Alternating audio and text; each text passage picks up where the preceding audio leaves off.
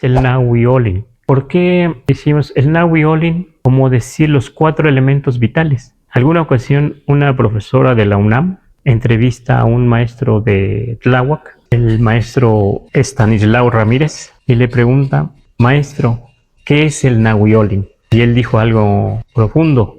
Dijo: el Nahui Olin es algo que siempre nos está atravesando y no nos damos cuenta hasta que somos viejos. Él lo dijo así. ¿Por qué el Nahui Olin siempre nos está atravesando? ¿Cómo lo entienden? ¿Podría ser que los 4 elementos siempre están conviviendo con nosotros o siempre convivimos nosotros con ellos? Sí, porque siempre tenemos necesidad de comer. Las verduras, las frutas, o sea, la tierra siempre nos está atravesando. Y el agua, para vivir, siempre nos está atravesando.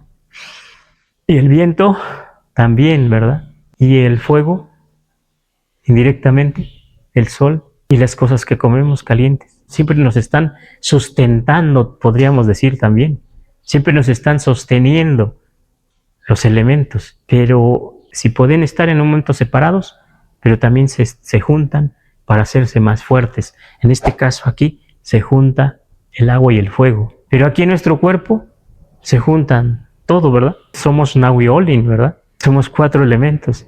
Eso contestó el maestro Estanislao Ramírez a esta profesora, a esta doctora de la UNAM, y que a veces es cierto, o sea, no lo pensamos porque estamos tan acostumbrados a comer, a bañarnos, a usar el agua, a respirar así muy natural, pero no lo pensamos en que pueda representarse exactamente, en que podemos representarlo, dibujarlo, ¿verdad? Exactamente el Nahui Olin, ahí en el calendario, si lo checan, lo ven, allí están representados los 4 elementos.